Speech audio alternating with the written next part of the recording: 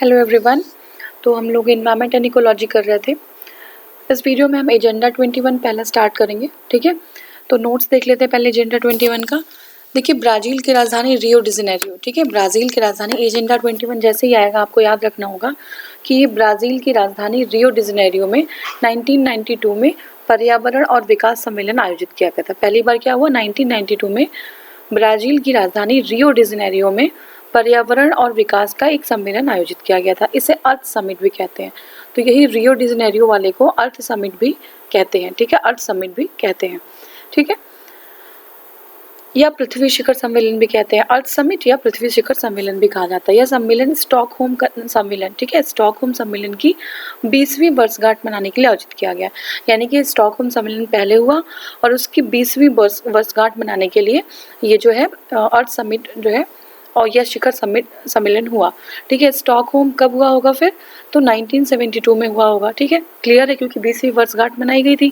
तो स्टॉकहोम 1972 में हुआ और रियो डी जेनेरियो वाला जो अर्थ समिट है वो आपका ब्राज़ील में 1992 में हुआ, ठीक है। तो एग्जाम में इसको सीक्वेंस में लगाने के लिए आता है, तो ध्यान रखिएगा स्टॉकहोम 1972 और रियो डी जेनेरियो 1992 में, ठीक है। अब देखिए, जो रियो डी जेनेरियो में अर्थ समिट हुआ उसमें सम्मिलित देशों ने धारणीय विकास यानी सस्टेनेबल डेवलपमेंट के लिए कार्यवाही योजना स्वीकृत की, जिससे एजेंडा 21 का नाम दिया गया। तो एजेंडा 21 क्या है? एजेंडा 21 सस्टेनेबल डेवलपमेंट के लिए है, ठीक है। सस्टेनेबल, कंफ्यूज मत होइएगा, बहुत सारे एजेंडाज हैं तो कंफ्यूज नहीं होना है।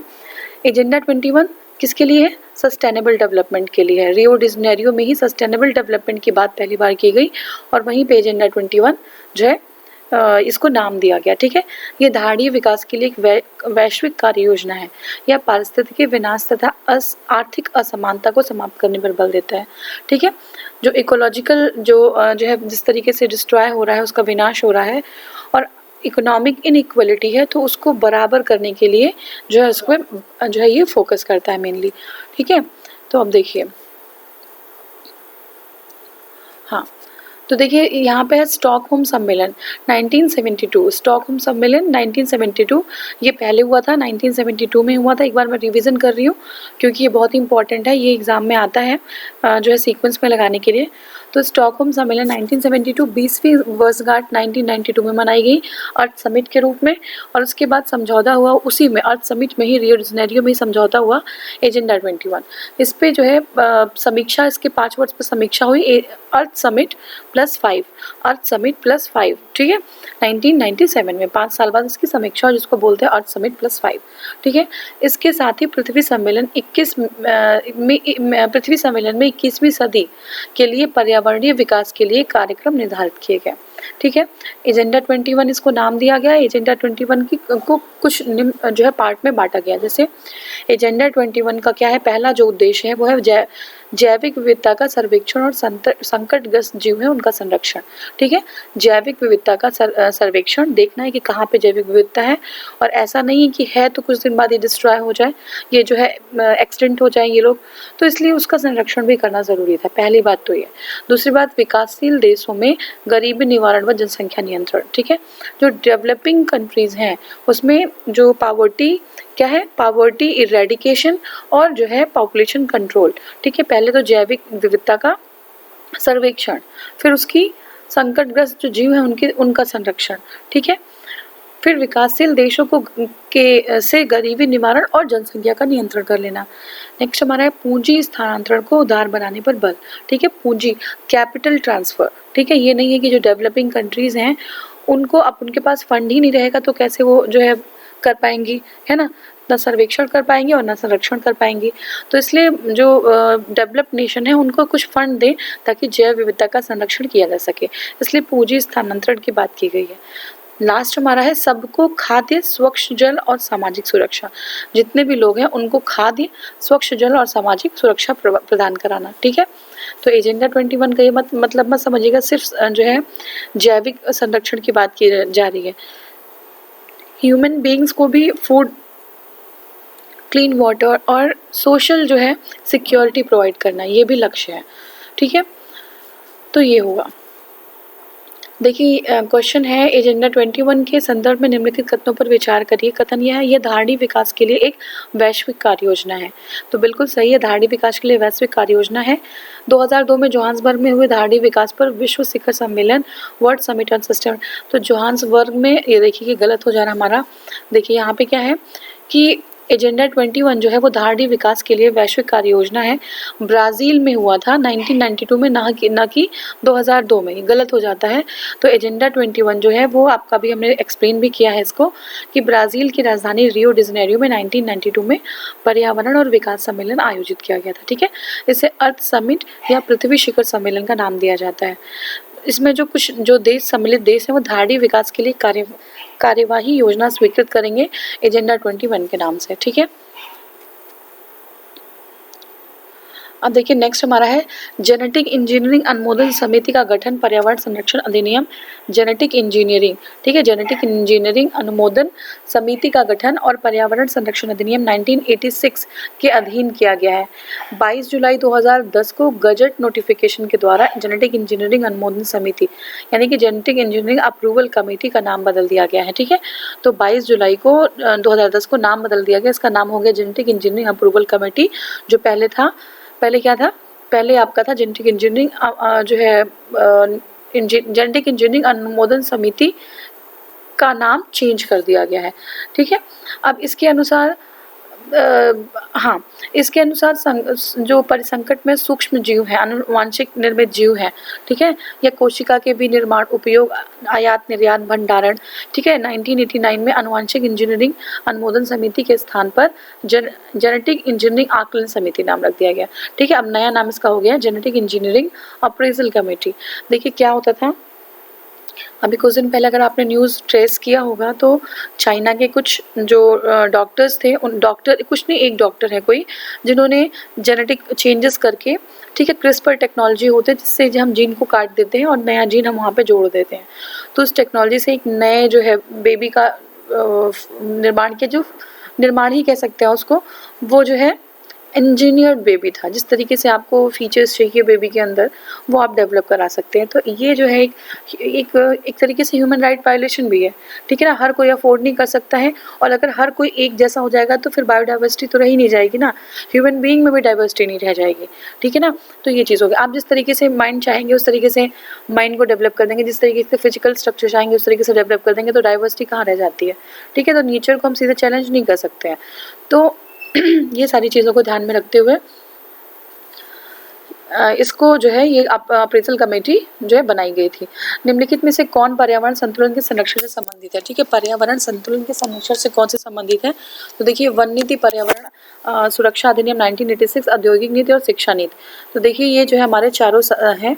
ठीक है, कुछ तो डायरेक्टली और कुछ इनडायरेक्टली। पर्यावरण संतुलन के संरक्षण से प्रत्यक्ष है वन और पर्यावरण अधिनियम 1986 का है, लेकिन औद्योगिक नीति और शिक्षा नीति भी पर्यावरण दृष्टिकोण को सम्मिलित करती है।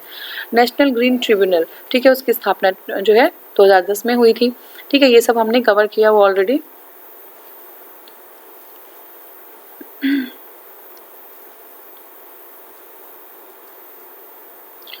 देखिए राष्ट्रीय हरित प्राधिकरण, जो राष्ट्रीय हरित अधिकरण है, किस प्रकार केंद्रीय प्रदूषण नियंत्रण बोर्ड सीपीसीबी से भिन्न है।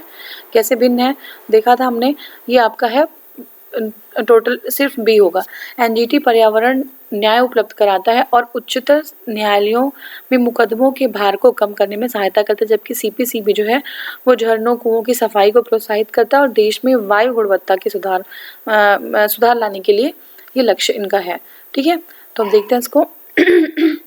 देखिए राष्ट्रीय हरित अधिकरण की स्थापना अक्टूबर 2010 में राष्ट्रीय हरित अधिकरण अधिनियम 2010 के तहत वनों और अन्य प्राकृतिक संसाधनों के संरक्षण के रूप में जो इसको प्रभावी बनाने के लिए और उसके तीव्र निपटान के लिए किया गया था। और केंद्रीय प्रदूषण नियंत्रण बोर्ड एक सांविधिक संगठन है। ठीक है, याद रखिएगा सांविधिक संगठन है ये। ठीक है, अब हम परीक्षा उपयोगी तथ्य पे आएंगे। ठीक है, इम्पोर्टेंट है, ध्यान से समझिएगा। देखिए पर्यावरण से संबंधित महत्वपूर्ण तथ्य निम्नलिखित हैं। कौन से तथ्य हैं? प्राकृतिक वनस्पति जलवायु का सही सूचकांक है। ठीक है, प्राकृतिक जो वनस्पति है वो जलवायु का सही सूचकांक है तथा वातावरण में कार्बन डाइऑक्साइड की मात्रा बढ़ती जो मात्रा जो इंक्रीज हो रही है उससे हो रहे जलवायु परिवर्तन से प्राकृतिक वनस्पति में परिवर्तन हो रहा है। तो CO2 में इंक्रीज हो रहा है तो हमारी जो प्राकृतिक वनस्पति है उसमें भी जो है क्या हो रहा है, चेंजेस आ रहे हैं। ठीक है, जो वाटर लविंग प्लांट्स हैं, जल प्रिय पौधे हैं, एक्वेटिक प्लांट्स बोलते हैं, जो जल में रहते हैं, जैसे वाटर लिली हो गया, दलदली भूमि में या तालाबों के किनारे पाए जाते हैं। जलवायु की आर्द्रता कम होने पर इनका क्षरण होने लगता है। ठीक है, जलवायु में ह्यूमिडिटी, आर्द्रता अगर कम हो जाती है, पानी की मात्रा, तो ये जो है इनका जो है ये भी डिस्ट्रॉय हो जाते हैं पौधे, जो वाटर लविंग प्लांट्स हैं। इकोमार्क क्या है, एग्जाम में आप देख लीजिए, इंपॉर्टेंट है इकोमार्क प्रमाण पत्र उन भारतीय उत्पादों को दिया जाता है जो पर्यावरण के प्रति मैत्रीपूर्ण हो। ठीक है, तो मतलब एनवायरनमेंट को ध्यान में रखते हुए बनाया गया हो उसको इकोमार्क का प्रमाण पत्र मिल जाता है। देखिए, यह प्रमाण पत्र ब्यूरो ऑफ इंडियन स्टैंडर्ड्स द्वारा 1991 को दिया जा रहा है। ठीक है, ये जो प्रमाण है ये ब्यूरो ऑफ इंडियन स्टैंडर्ड्स द्वारा 1991 से दिया जा रहा है। ठीक है, अतिनगरीकरण और औद्योगिक संतुलित विकास। ठीक है, अतिनगरीकरण मतलब हम ज़्यादा ही जो है आपका अर्बनाइजेशन कर दे रहे हैं, और औद्योगिक संतुलित विकास। ठीक है, औद्योगिक संतुलित विकास पर्यावरण और पारिस्थितिकी तथा जैव विविधता के संरक्षण, इन तीनों के लिए हानिकारक हैं। ठीक है, तो ज़्यादा हम अर्बनाइजेशन करने लगे, हम जो है इंडस्ट्रियलाइजेशन शुरू कर दिए बहुत ज़्यादा। ठीक है, पर्यावरण और पारिस्थितिकी तथा जैव विविधता पर इनका बहुत जो है गहरा प्रभाव पड़ने लगता है। WM एडम्स, ये नाम याद रखिएगा WM एडम्स का। WM एडम्स वाला उनकी जो है बुक लिखी गई है जिसका नाम है हरित विकास या ग्रीन डेवलपमेंट। इसका पूरा नाम है green development, environment and sustainability in developing world. ठीक है, क्या है, green development, environment and sustainability in developing world. इस पुस्तक का पहला संस्करण 1990 में प्रकाशित हुआ था। तो ये पुस्तक के लेखक कौन आ जाएगा एग्जाम में, तो WM एडम्स थे। ठीक है, नेक्स्ट हमारा है एल्सवर्थ हंटिंगटन। ठीक है, एल्सवर्थ हंटिंगटन द्वारा एक बुक लिखी गई है जिसका नाम है सिविलाइजेशन एंड क्लाइमेट। क्या नाम है, सिविलाइजेशन एंड क्लाइमेट। ये जो है किसने लिखा था, एल्सवर्थ हंटिंगटन। ठीक है, एल्सवर्थ हंटिंगटन याद रखिएगा। ऊपर वाली बुक थी WM एडम्स की, जिनका जो है बुक का नाम था हरित विकास या ग्रीन डेवलपमेंट। WM एडम्स हरित विकास या ग्रीन डेवलपमेंट, और हंटिंगटन जो है एल्सवर्थ हंटिंगटन सिविलाइजेशन और क्लाइमेट पे। ठीक है, सिविलाइजेशन और क्लाइमेट पे इन्होंने बुक लिखी है, बुक का नाम है ये, और इसका प्रकाशन 1915 में हुआ। ठीक है, इसका प्रकाशन 1915 में हुआ और इसका प्रकाशन 1990 में हुआ था। ठीक है, एडम्स की। प्राकृतिक कृषि के अन्वेषक मसानोबु फुकुओका। ठीक है, मसानोबु फुकुओका, वह एक जापानी किसान और दार्शनिक थे। ठीक है, तो जो प्राकृतिक कृषि के अन्वेषक हैं मसानोबु फुकुओका। ठीक है, वो जापानी किसान और दार्शनिक है। इसमें जानते क्या होता है, ऐसे कृषि में जो मसानोबू ने कराया था उसमें छोटे से एरिया में, जैसे जंगल को बड़ा होने में बहुत टाइम लगता है ना, शायद हो सकता है 100 साल लग जाते हों कि बहुत एक जंगल प्रॉपर बनने में, लेकिन यहाँ पे बहुत जल्दी कुछ ही समय में 15 साल में ही एक जंगल प्रिपेयर हो जाता है। तो एक कृषि की ये पद्धति है जिसमें जंगल को बहुत जल्दी से तेजी से ग्रो कर देते हैं। ठीक है, तो ये जो है किसका है, अन्वेषक मसानोबू फुकुओका के द्वारा किया गया। पर्यावरण संरक्षण के लिए 17 से 24 वर्ष के 15,000 युवाओं को नियुक्त करने के उद्देश्य से ऑस्ट्रेलिया ने ग्रीन आर्मी को लॉन्च किया। ठीक है, पर्यावरण संरक्षण के लिए किया था ये 17 से 24 वर्ष के 15,000 युवाओं को। क्या नाम था ऑस्ट्रेलिया में, इनका नाम था ग्रीन आर्मी। ठीक है, ग्रीन आर्मी का किया था, और ऑस्ट्रेलियाई सरकार ने इस कार्यक्रम के लिए $360 मिलियन आवंटित किए थे, जिसके प्रतिवर्ष 500 परियोजनाओं में सहायता प्रदान की गई। लेकिन इतना करने के बाद भी जो उनका ग्रेट बैरियर रीफ है उसमें बहुत ज़्यादा जो है घटोतरी दिखी है, मतलब वो डिक्रीज हो रहा है ग्रेट बैरियर रीफ, उसका डिस्ट्रॉय जो किया जा रहा है उसको। ठीक है, नेक्स्ट हमारा, अब अगर ग्रीन आर्मी पूछ लिया तो ऑस्ट्रेलिया लगा दीजिएगा आप। ठीक है, अब देखिए पलाची माड़ा। ठीक है, पलाची माड़ा दक्षिण भारतीय राज्य केरल के पलक्कड़ जिले में अवस्थित है। ठीक है, तो पलाची माड़ा कहाँ है, पलाची माड़ा दक्षिण भारतीय जिला है केरल के पलक्कड़ में ये अवस्थित है पलाची माड़ा। इसमें एक छोटा सा गांव है, इसमें कोका कोला कंपनी ने यहाँ अपनी इकाई स्थापित की है, जिससे बड़े पैमाने पर इस क्षेत्र का जल का दोहन करने के कारण यहाँ पर्यावरण को भारी क्षति हो रही है। ठीक है, पंजाब के मार्कफेड और इजराइल के सयाग के बीच 21 अप्रैल 2001 को हुए एक समझौते के तहत पंजाब में ग्रीन हाउस कृषि के माध्यम से सब्जियां उगाई जाएंगी। ठीक है, नेक्स्ट हमारा नेशनल जियोग्राफिक सोसाइटी एवं अंतर्राष्ट्रीय मतदान कंपनी। ठीक है, नेशनल जियोग्राफिक सोसाइटी और एक अंतर्राष्ट्रीय मतदान कंपनी है ग्लोब स्कैन। ठीक है, ग्लोब स्कैन ने ग्रीन डेक्स 2009 स्कोर के तहत भारत को शीर्ष स्थान, तो ये बहुत पुराना, आपको जानना नहीं है ज़्यादा। ग्रीन डेक्स 2014 के स्कोर के अनुसार भारत इस संदर्भ में प्रथम स्थान पर बना हुआ है। ठीक है, अब देखिए विश्व पर्यावरण दिवस। ठीक है, विश्व पर्यावरण दिवस कब मनाया जाता है? तो 5 जून को हर साल मनाया जाता है। यह प्रथम विश्व पर्यावरण दिवस 1973 में, ये भी इम्पोर्टेंट है कि पहली बार जो है विश्व पर्यावरण दिवस कब मनाया गया था? तो 1973 में पहली बार 1973 में मनाया गया था। ठीक है, विश्व पर्यावरण दिवस जो है पहली बार 1973 में 1973 में मनाया गया था। अब देखिए स्टॉकहोम अंतर्राष्ट्रीय शिखर सम्मेलन, स्टॉकहोम इंटरनेशनल जो अंतर्राष्ट्रीय शिखर सम्मेलन है 1972। ठीक है, स्टॉकहोम अंतर्राष्ट्रीय शिखर सम्मेलन 1972 में आयोजित किया गया था ये। ठीक है, पर्यावरण पर यह पहला वैश्विक शिखर सम्मेलन था जिसमें इसी सम्मेलन में 5 जून को पर्यावरण दिवस मनाने की बात की गई। ठीक है, कहाँ पे? जो आपका स्टॉकहोम अंतर्राष्ट्रीय सम्मेलन में, कहाँ पे? इंटरनेशनल स्टॉकहोम आपका शिखर सम्मेलन 1972 में पहली बार जो है पर्यावरण दिवस मनाने की बात की गई थी। अब देखिए विश्व पर्यावरण दिवस प्रत्येक 5 जून को प्रत्येक वर्ष मनाया जाता है। 2019 में विश्व पर्यावरण दिवस का केंद्रीय विषय क्या था? देखिए 2019 का जो पर्यावरण दिवस है उसका केंद्रीय विषय है एयर पोल्यूशन। ठीक है, एयर पोल्यूशन जो है केंद्रीय विषय था 2019 में। विश्व पर्यावरण दिवस का जो देश है मेजबान है वो कौन है? चीन है। ठीक है, चाइना है। ठीक है, नेक्स्ट हमारा है 2020 के लिए क्या था, आप मुझे भी बता दीजिएगा कमेंट सेक्शन में एक बार कि क्या है। ठीक है, अब नेक्स्ट हमारा है NEA से क्या आशय है? तो देखिए नेशनल इन्वायरमेंट अथॉरिटी। तो ये क्या है? National environment authority. NEA क्या है? National environment authority. NEA का तात्पर्य राष्ट्रीय पर्यावरण प्राधिकरण यानी कि नेशनल इन्वायरमेंट अथॉरिटी से है। इसका पूरा नाम राष्ट्रीय पर्यावरण अपीलीय प्राधिकरण है। ठीक है, NEAA का गठन वन और पर्यावरण मंत्रालय द्वारा किया गया। कुछ जो है प्रतिबंधित क्षेत्रों में से ऐसे मामलों को देखने के लिए जिसमें पर्यावरण मंजूरी आवश्यक है। ठीक है, कुछ ऐसे एरियाज जो सेंसिटिव हैं जहाँ पे कुछ करने के लिए पर्यावरण की जो है पर्यावरण मंत्रालय की मंजूरी आवश्यक होगी, इसके लिए इसको स्थापित किया गया है। इसे पर्यावरण अपीलीय अधिकरण अधिनियम 1997 के तहत स्थापित किया गया था। तो किसके तहत?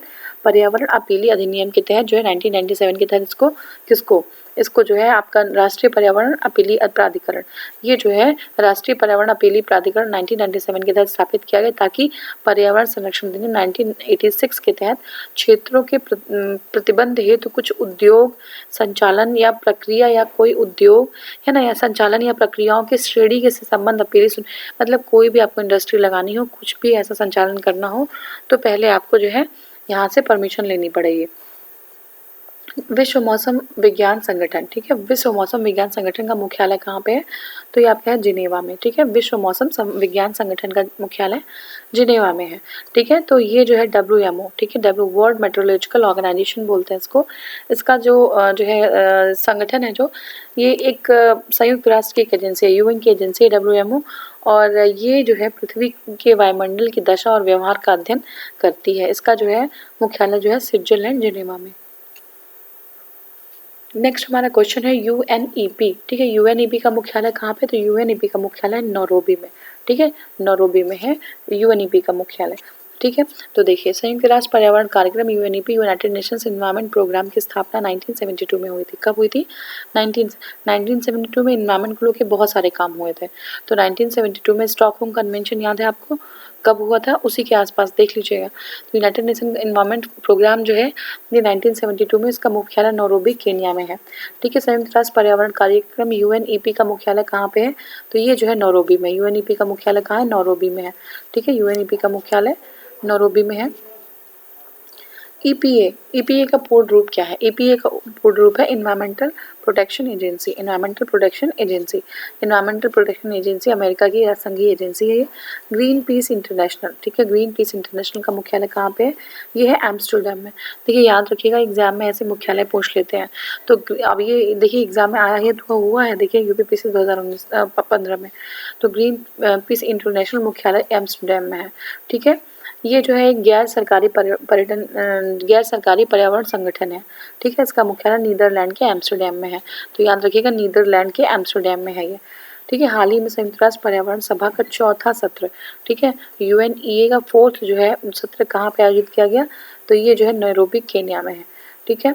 तो ये जो है आप 2019 की बात करें, नैरोबी केन्या में जो है 4th जो है सेशन UNEA का नैरोबी केन्या में जो है आयोजित किया गया, ठीक है। और इसका अध्यक्ष एस्टोनिया था, ठीक है। अध्यक्ष कौन था? एस्टोनिया था। नेक्स्ट हमारा है पर्यावरण संरक्षण से संबंधित अधिनियम, ठीक है।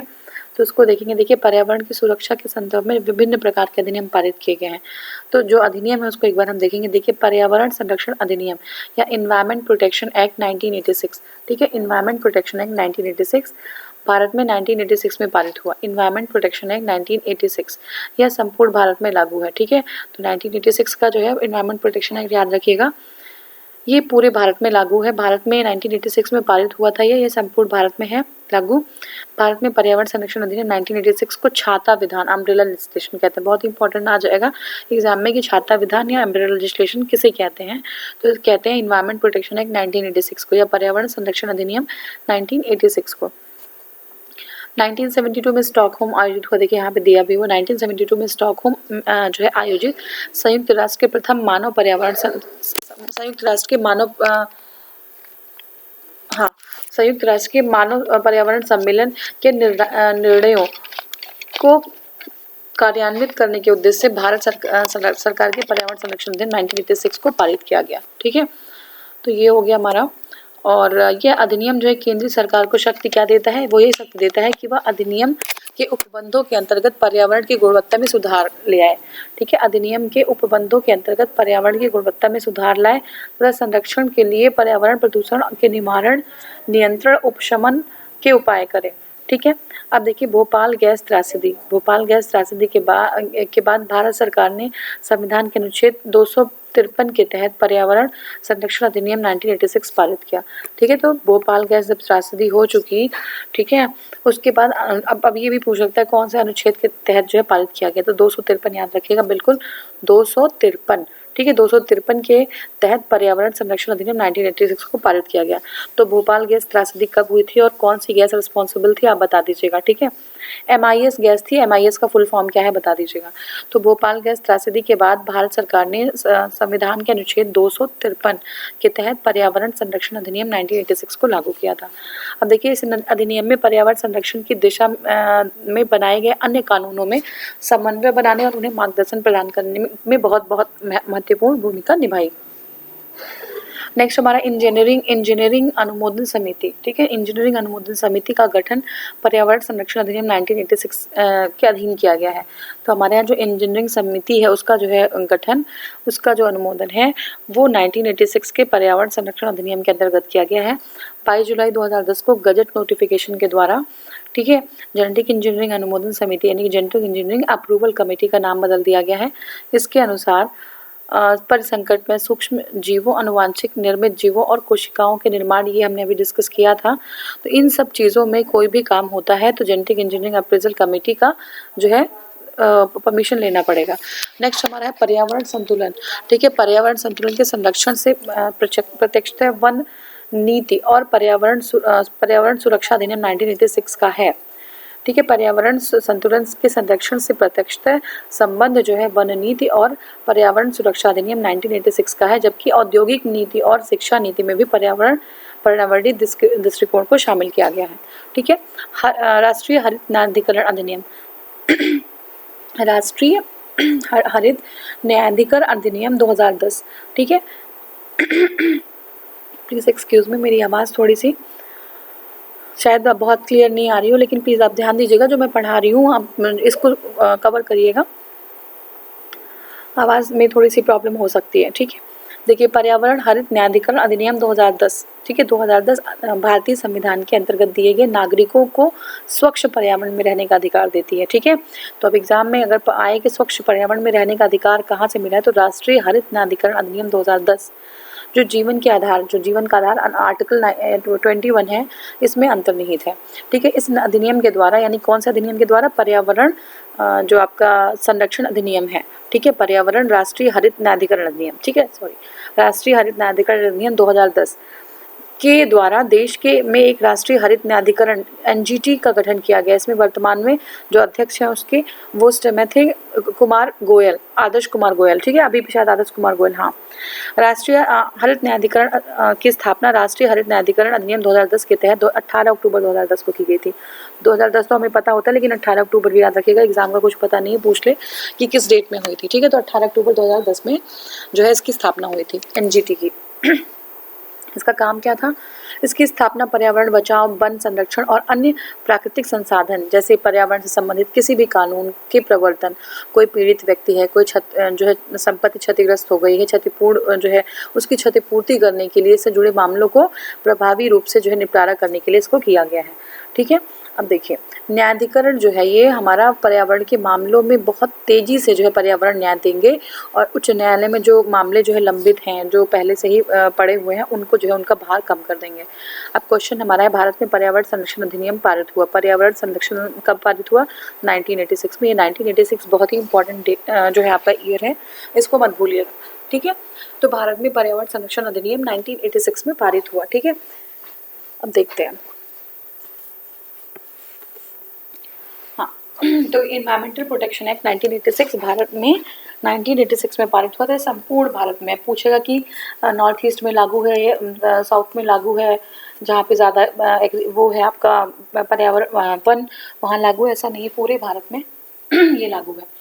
पर्यावरण के परिरक्षण एवं संरक्षण हेतु पर्यावरण संरक्षण अधिनियम भारत द्वारा कब पारित किया गया? ये कब पारित किया गया? ये 1986 में। ठीक है, 1986 में पारित किया गया। ठीक है, 1986 में पारित किया गया। ठीक है, पर्यावरण के संरक्षण हेतु पर्यावरण संरक्षण अधिनियम एनवायरमेंटल प्रोटेक्शन एक्ट भारत के 1986 में पारित किया गया। कब? 1986 में पारित किया गया। ठीक है, अब निम्नलिखित वर्षों में कब पर्यावरण संरक्षण अधिनियम पारित हुआ? तो ये 1986 में हुआ। ठीक है, 1986 में हुआ। पर्यावरण सुरक्षा अधिनियम, ठीक है, एनवायरमेंटल प्रोटेक्शन एक्ट को निम्नलिखित में से किस नाम से जाना जाता है? तो इसको जाना जाता है छाता विधान के नाम से। ठीक है, आया हुआ क्वेश्चन है, पर्यावरण सुरक्षा अधिनियम EPA को किस नाम से जानते हैं? तो छाता विधान के नाम से जानते हैं, छाता विधान के नाम से जानते हैं। ठीक है, अब देखिए, भारत में पर्यावरण संरक्षण अधिनियम 1986 को छाता विधान या अम्ब्रेला लेजिस्लेशन के रूप में जाना जाता है। ये वर्ष 1972 का 1972, ठीक है, 1972 में स्टॉकहोम में आयोजित आपका संयुक्त राष्ट्र के प्रथम मानव पर्यावरण सम्मेलन के निर्णयों को कार्यान्वित करने के उद्देश्य से भारत सरकार में पर्यावरण संरक्षण अधिनियम 1986 पारित किया गया। जेनेटिक इंजीनियरिंग अनुमोदन समिति का गठन निम्नलिखित में से किसके अधीन किया गया? तो देखिए इजी है, किसके अधीन किया गया? ये पर्यावरण संरक्षण अधिनियम 1986 के अंतर्गत किया गया, कि हमारा है। और अब है आपका हाँ, पृथ्वी शिखर सम्मेलन का आयोजन किया गया कहाँ पे? तो ये आपका रियो में किया गया। ठीक है, रियो में पृथ्वी जो है रियो डी जेनेरियो में, ब्राज़ील में रियो डी जेनेरियो में पृथ्वी शिखर सम्मेलन का आयोजन किया गया था। देखिए ये जो है संयुक्त राष्ट्र संघ द्वारा पर्यावरण एवं सतत विकास पर पहला पृथ्वी शिखर सम्मेलन 1992 में 1992 में रियो डी जेनेरियो ब्राज़ील में आयोजित किया गया। ये एक अंतर्राष्ट्रीय स्तर पर पर्यावरण संरक्षण और विकास की दिशा में एक बहुत ही इंपॉर्टेंट जो है कदम था। तो अब देखिए रियो प्लस 20 ये नेक्स्ट वाले वीडियो में हम कवर करेंगे। ठीक है, thank you so much for watching. Thank you.